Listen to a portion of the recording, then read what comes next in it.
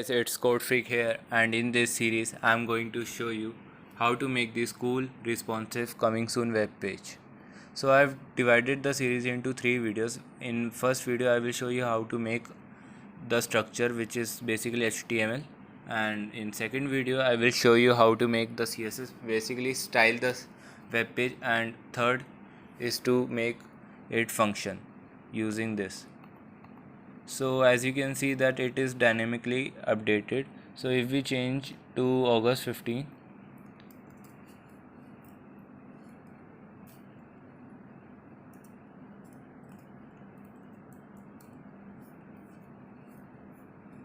the time will get updated, and if we refresh it, as you can see, 37 days. Today is July 8, so after 37 days it will be August 15.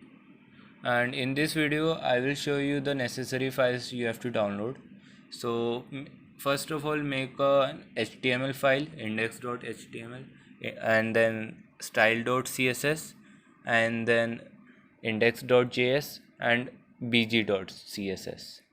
So in index.html, place the boilerplate and link the style sheet, and also not forget to install the font family Railway from Google Fonts.